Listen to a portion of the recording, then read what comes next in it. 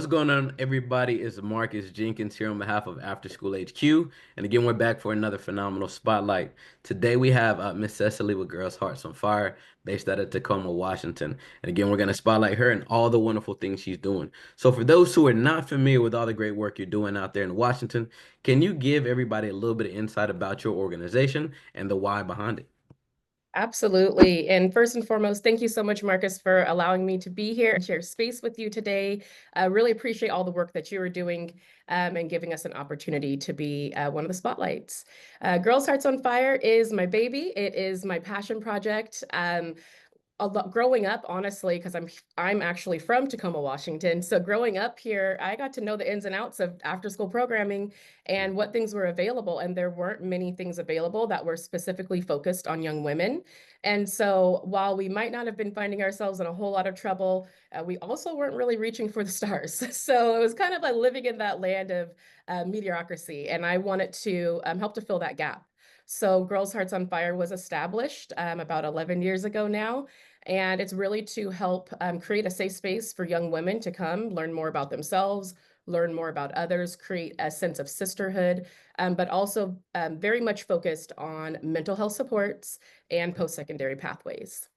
Awesome, awesome. Now, mental health and post-secondary pathways are beyond necessary, especially just for the next generation. And to your point, I can definitely concur. I know a lot of organizations I see it really focused towards the males, but the women still need that same compassion development as well. So thank you for filling that gap without a doubt. Now, curious to learn a little bit more about some of the offerings you have from a program perspective.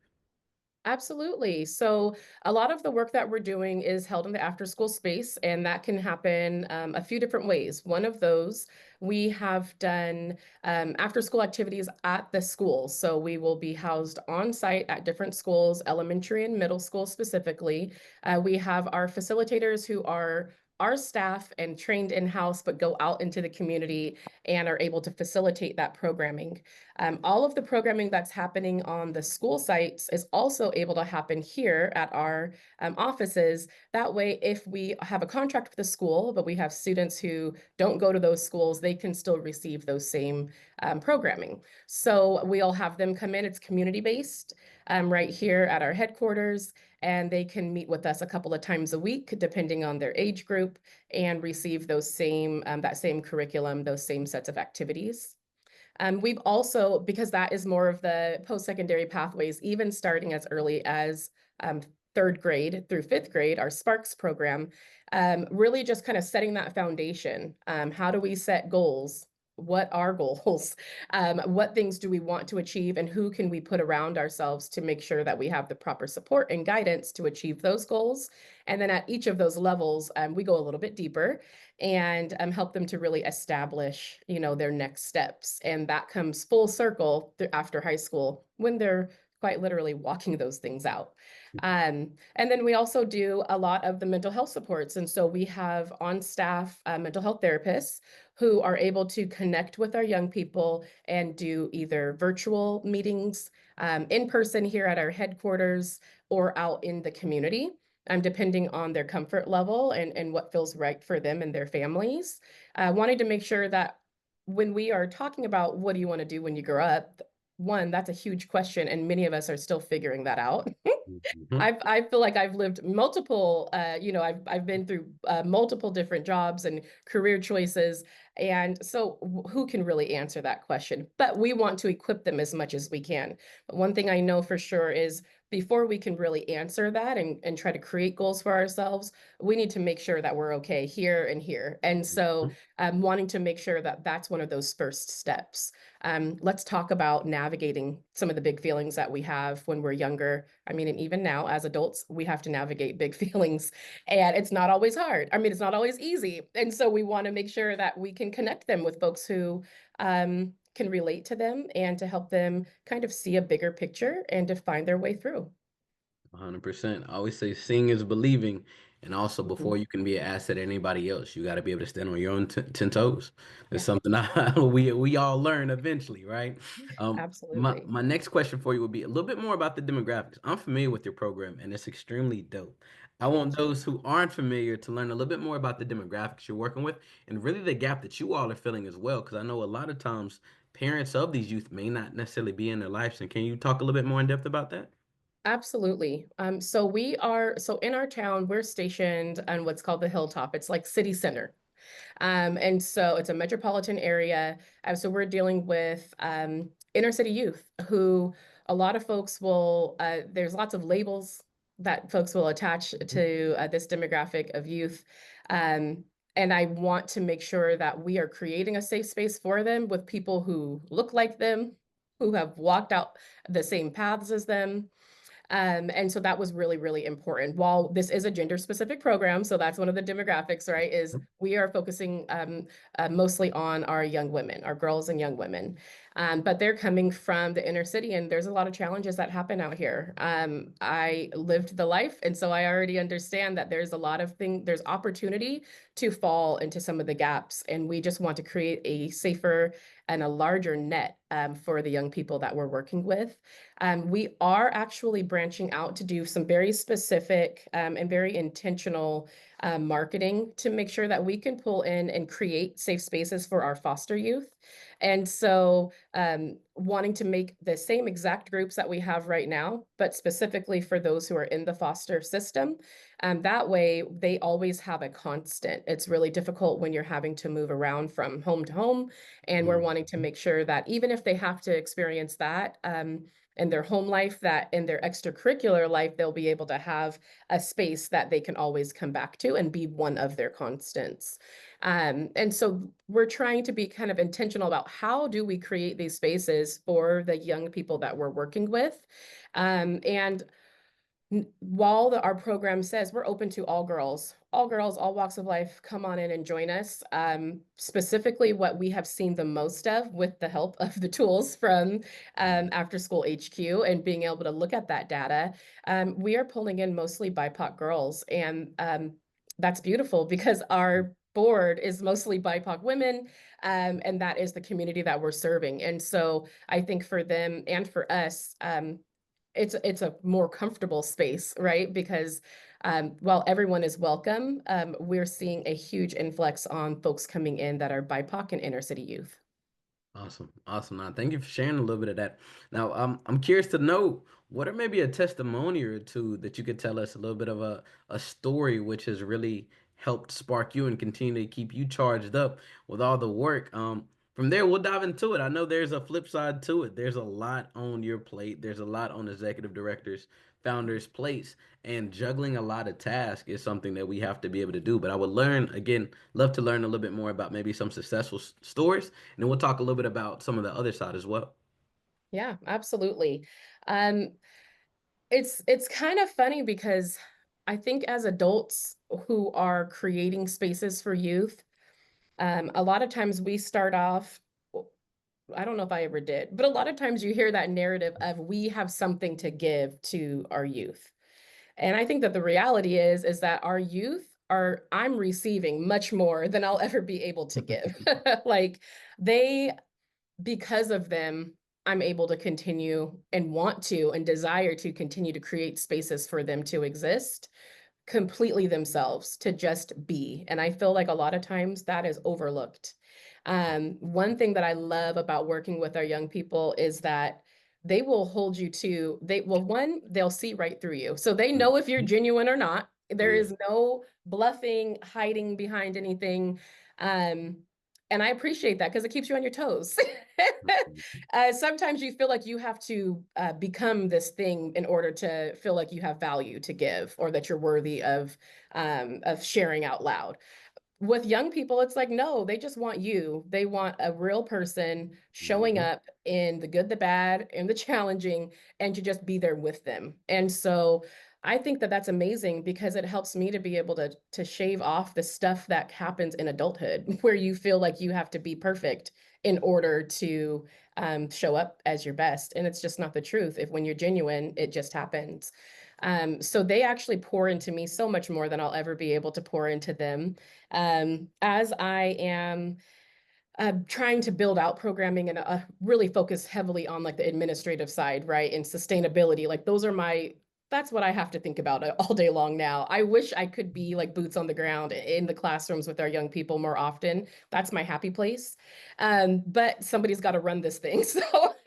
So that happens currently. That happens to be what I'm doing. But I'm super grateful that I had those opportunities in the beginnings of this organization to be that person who was in the classroom to actually do the programming. And now I get to pour into young people who are our facilitators, and they're the ones now in the classroom. So we're raising up another generation of leaders, Mhm. and they're pouring into the next generation that's coming up behind them. And so for me, that fills my heart because while I didn't know, I always dreamed of that happening. I couldn't see exactly how it was going to take shape. And it has right before my eyes. And because we are creating a space for youth to share their voice. And when we are creating programming for youth, we can't do that without hearing what they want, Mhm. how they think it should be delivered, when and where. You have to incorporate their desires. You have to incorporate their thoughts and their perspective in order to create anything for somebody. So we cannot create youth programming without our youth. So creating the space for them to rise up and be the leaders right now, not in the future, that's all that I really care about. That's awesome. That's awesome. No, you said a whole lot that I want to make sure people really capture. Oftentimes we start off with a huge vision and we don't really necessarily know the steps as long as we start taking them. After those first few steps, the people we network, connect with, feel our path, help us really manifest from there. But oftentimes it starts with that first step. Our best piece of advice for anybody looking to start something that's a little nervous, not really knowing how it's gonna play out. Yes. What would you tell your younger self knowing now what you know in the beginning steps of that journey? I would tell her just take the first step. Hmm. You don't have to know it all and you don't have to have it all to make your dream a reality. You just have to Hmm. take a step. And I think a lot of times fear will stand in the way of us moving forward, whether we are questioning ourselves, if we have what it takes, whether we're questioning finances or capacity. If this is something that's on your heart, if you know it's something that you need to do and to walk out, just do it. The right people will come around you. Hmm. Opportunities will open up for you. Money will come. You might have to self-finance for a bit, and it might be humble beginnings, and that's okay. I honestly think that with every single challenge, it allows you to figure out ways to navigate it. And then you know the ins and outs of your business. No one will know your business better than you because you've had to walk it out. Um, so just start, just get started and trust that the right things, the right people, the right opportunities are going to come to you. 100%. Now, you also said a few things I want to highlight as well about the trickle down effect, right? While you're pouring into the youth, they now become the facilitators, and now they're pouring into the next generation of youth. The each one teach one system is beautiful, and it seems like you've really been able to construct a phenomenal organization. A lot of different levels that come with that as well too. You mentioned earlier now you're more so on the logistics side as well. I'm curious to know like how has that shift been for you from being hands-on in the classroom, engaging with the youth, to now being more so focused on the logistics and the higher level overview. How has that experience been for you? And what have you taken from being in the classroom to now being on the logistics side as well? Absolutely. I will say that I feel like there's a bit of me that mourns the fact that I'm no longer in the classrooms or working with these young people because administrative work back end is vital. It's vital work, Definitely. especially as you're growing. Hmm. But it's not necessarily the fun stuff. Like I enjoy being around our youth. I enjoy being around our participants and hearing from them and how their days are going and laughing with them or dancing or whatever. But the reality is that when you are starting an organization or you're starting a business, there's going to come a time where you will experience growth, which can be a double-edged sword. So the growth is beautiful, but with that, there comes making sure that the foundation is laid, and making Hmm. sure that there is space for building out capacity and sustainability, because it's fantastic to grow enough to have to hire folks to help support, Yeah. expanding networks. It's another thing to maintain their employment. 100%. So, and when you serve more youth, you have larger fees. So, you need more space. You might need more snacks if you're doing that as part of your after school program. You may need more supplies. And so with that is means you need money, right? And so someone has to be out there figuring out ways to pull in sponsorships, ways to increase streams of revenue. And making sure that the bills are also paid and all of those things. And so, as a founder and executive director, it's a heavy load. It's a heavy load. Um, you are personally attached to this project, and so you want it to be successful. It's almost like a child of yours. But then also there's the real management of it. And when you're a smaller org, which I still would consider us a smaller org, um, you're wearing multiple hats. And so, just finding ways. I think the biggest thing that I've learned so far is just like we say, I can't create a youth program that's going to be meaningful without youth voice. That means that I've recognized that I had to surround myself with the right people and with people who know more than me. And the Mhm. reality is that our young people do know more than us because they're literally living it out right now. So Mhm. it's all that they're eating, breathing, and sleeping with. And so now I'm just like, okay, well, if that's one concept, then how do I bring this over here to the administrative side? It's making sure that I'm not the sharpest tool in the shed. I need to make sure that people are around me who have expertise that I may not have, and making sure that we're able to collaborate and move this thing forward. So building out your board is essential, making sure that you have the right people around you who bring insight that you might not have. And figuring out a way to implement those things. So it's a little bit it's a different focus. But I've always loved a puzzle. And I feel like that's this. And so putting it together and figuring out what piece goes where is actually, it's exciting. Definitely, definitely. It takes a different type of person to be able to take on the workload that comes with the founder and executive director. You got to be extremely passionate. You got to have the vision, and you got to be able to charge other people up to get on board with it as well. You talked a lot about being able to put different pieces of the puzzle together, and you also hit on something that I used to hear all the time. Is my mentor kind of coached me up creating my organization, and he always used to tell me get comfortable being uncomfortable, right? Because especially Right. if you challenge others to do it, you got to lead by example. And you sound like a leader who's really leading from the front, right? You'll take on the task to be able to show others, right? And that's the type of leadership that really inspires others. Again, so I definitely want to give you flowers for that now. Another piece, we talked a little bit about some of the funding sources, things of that nature. I'm curious to know what insight you have around partnerships. You do a phenomenal job collaborating, networking, kissing babies, all the other good stuff that comes with it. So, what advice would you have for individuals looking to establish additional partnerships for their organizations as well? Absolutely. This is the creative part of fundraising and sustainability. Never limit yourself on where or how you're able to bring in funds, but also balancing that out, knowing that not all money is good money. Mm, So I think that the integrity of your program is the most important. We have to prioritize the integrity of our program. And what I mean by that is if you start off with your mission, and there are grants available, or there are sponsors that would like to, pour into your programming. Check the fine print and make sure that your mission stays intact and that whatever dollars you're going to be receiving doesn't come with stipulations or things that you would have to change in order to receive those funds. That's a big deal. A lot of times, I think when we're starting off brand new, we need money. So we go after any of it, right? mhm, And while I like the idea of being able to have a broad perspective when you're going to look for funding, you still want to make sure that you have your mission statement is able to be intact. So with that, we still got to go get the money, right? We got to get the bag. So my biggest thing is this: don't limit yourself on the different streams of revenue that you're able to bring in.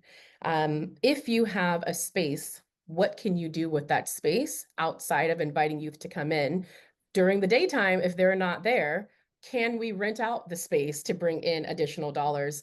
Are we able, one of the things that I've done here at our HQ is during normal business hours, I've used it as a co-working space. And so I have different women from around the town. They're able to kind of come in, utilize our desk spaces, office spaces, community table, and they pay just like you would if you were to go to like a coffee shop. You pay $10 for Yes. your latte and now you have Mhm. Wi-Fi. Well, here you could do the same thing, but you also have access to all of our office equipment that you're able to use. And so we have that like daily rates, monthly rates. Um, and kind of figuring out like, okay, so that's how I can use my space, or even for events. We have a larger space in the back of our headquarters. And now I can rent that out for community events, small birthday parties, things like that. So work with what you have. What assets do you have access to currently, and how can you repurpose those to bring in dollars? Um, Also, your staff. What is their expertise? Can you create a workshop that you can either share online and have people purchase to watch like a recorded workshop, or can you go out and do presentations and have your team or yourself get speaking gigs where you're able to share the impact that you're making, some of your best practices. What are some things that you have that would be valuable to the community that you would be able to share out and receive a fee for that? That could go back into supporting your programming. And then grants. Grants are free money. So you can search for grants or have someone else search for grants for you, do the applications or the letter of interest, and kind of walk out that path. And see, a lot of times those dollars can be general use. You can use it for anything you need to successfully run your organization. Sometimes they're going to be very, very specific, and that's kind of when that those strings attached comes back in, provided that it's just them wanting to see your data, or them wanting to have a certain campaign run from your organization. I think that those are easy gives, right? Absolutely, we can facilitate a non-smoking campaign to receive $15,000. Absolutely. Um, but if it was something else, changing maybe the demographic of the youth that you serve, and you don't want to, don't go after those grants. And then, of course, sponsorships. That's free money too. You're literally reaching out to businesses, to organizations, to individuals, and saying, hey, this is who we are, this is what we do, and here are some tiers of giving that you could consider. And here's what you'll get if you do. So there's multiple ways that you can bring in revenue.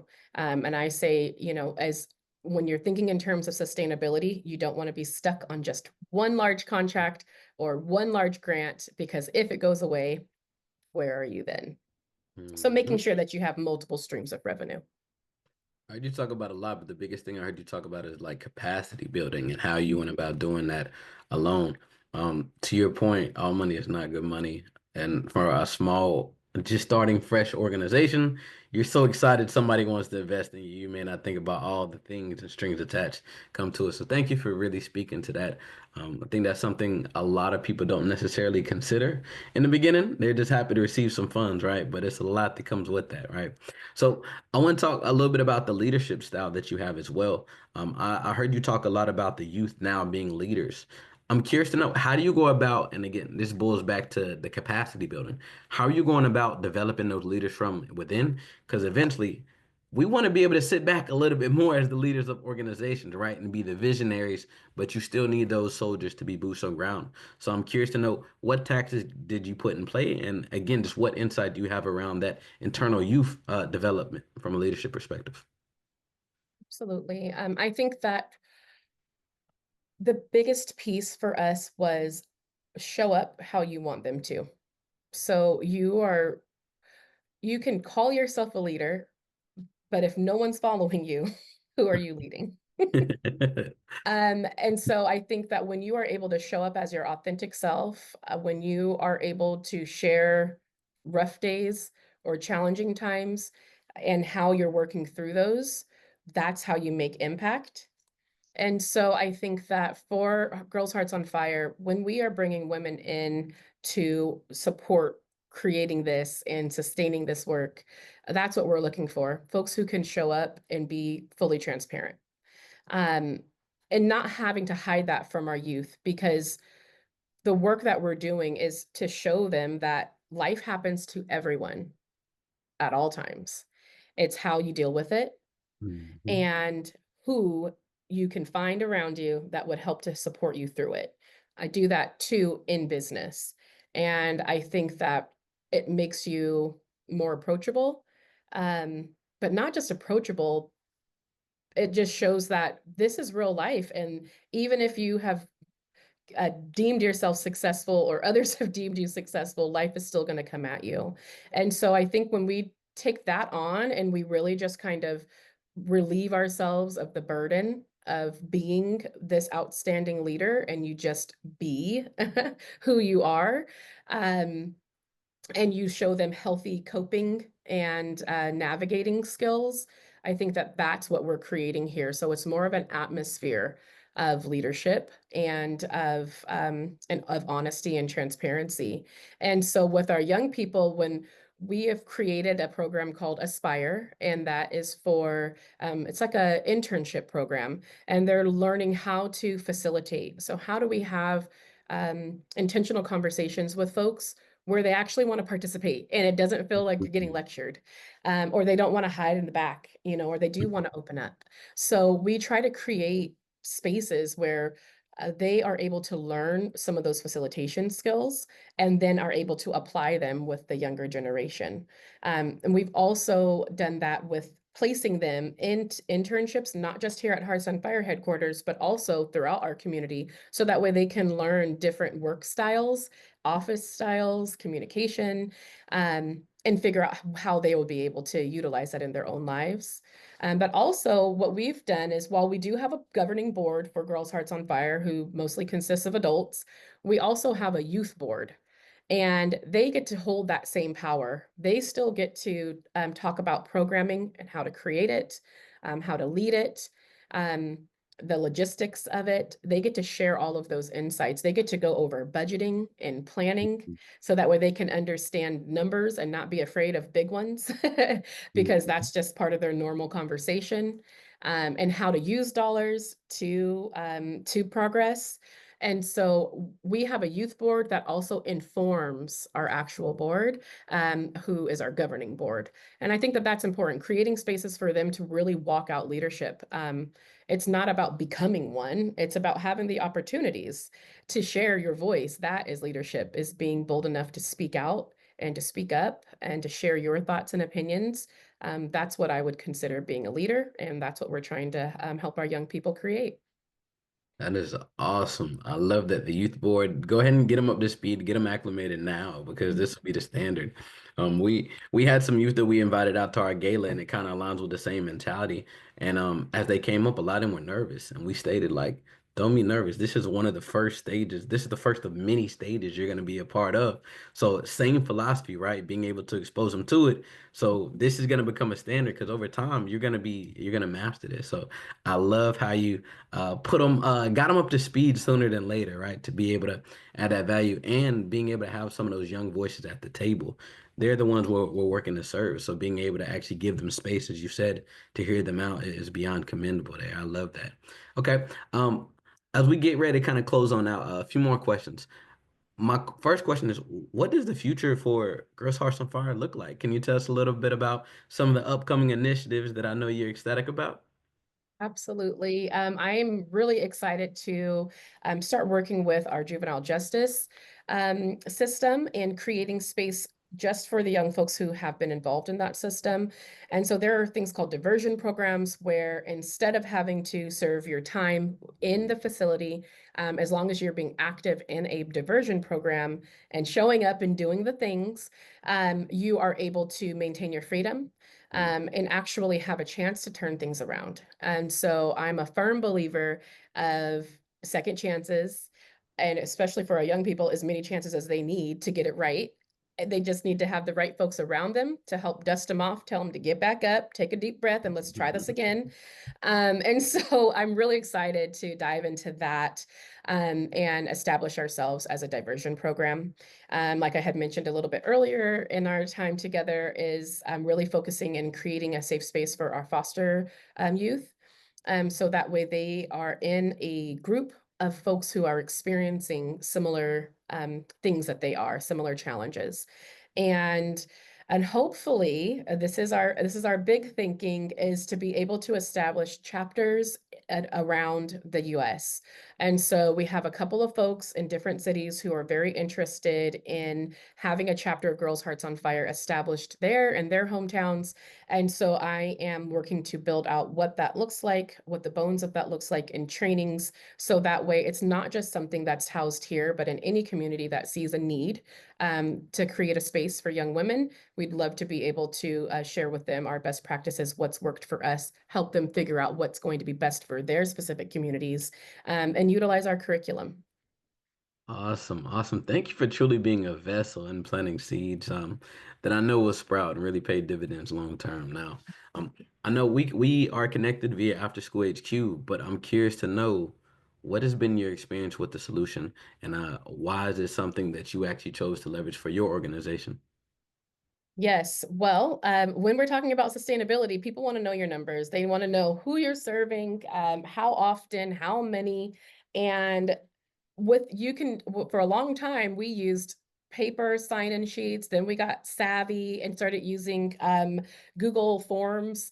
It's just not enough. When you grow and you have multiple sites, the small things that worked in the beginning to kind of help you get established just won't be enough all the time. And so we needed to have something in place to help us to capture data and even registration forms. So we could have like a one-stop shop where our families and our students would be able to access, and we also would be able to pull data reports. So I think the biggest thing really has been streamlining our registration forms, building those out, having all of that information input right into a system, and then we're able to track attendance, pull out demographic data, and share those types of reports.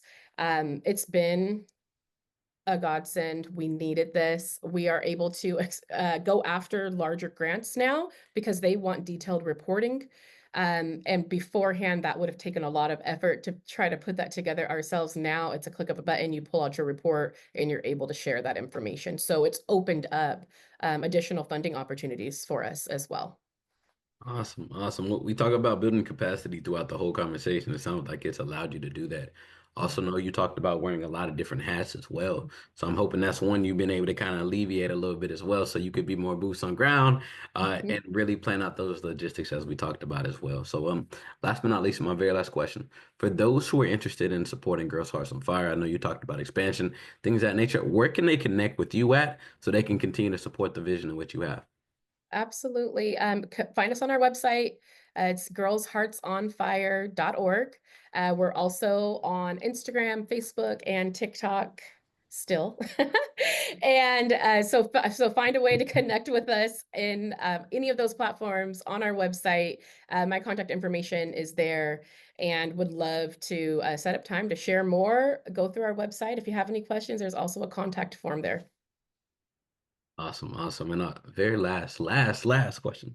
What is one thing that you would share, if you were able to broadcast across to all the young women, across the US who may just need to hear something of encouragement or something to empower them? What is one thing that you would say? You have purpose. Mm, You are meant to be here no matter what. You are valued. You are worthy as is. There's nothing you have to do to become valuable or to become worthy. You were born that. It's a birthright. Surround yourself with people who are going to pour into you. And if people are challenging you or depositing negativity into your life and your world, know that it won't be for always. You will have a chance to separate yourself from that. You'll have a chance to create the foundation that you want for your life, and that where you're going is going to be far mm, greater than sometimes what we experience on our way to get there. And so don't lose hope, and really look forward to building out what your future is going to be on your terms. mm. I love it. I love it. My mom used to always tell me the test helps define and write out the testimony. So that is it right there. Well, After School HQ family, thank you sincerely to Mrs. Cecily for joining us today, educating us on her phenomenal organization. Please make sure y'all connect with her, tap in. She is on fire. And again, she is a phenomenal resource here with a lot of insight and knowledge for you all as well. So thank you again for your time, Miss Cecily. After School HQ family, see you soon.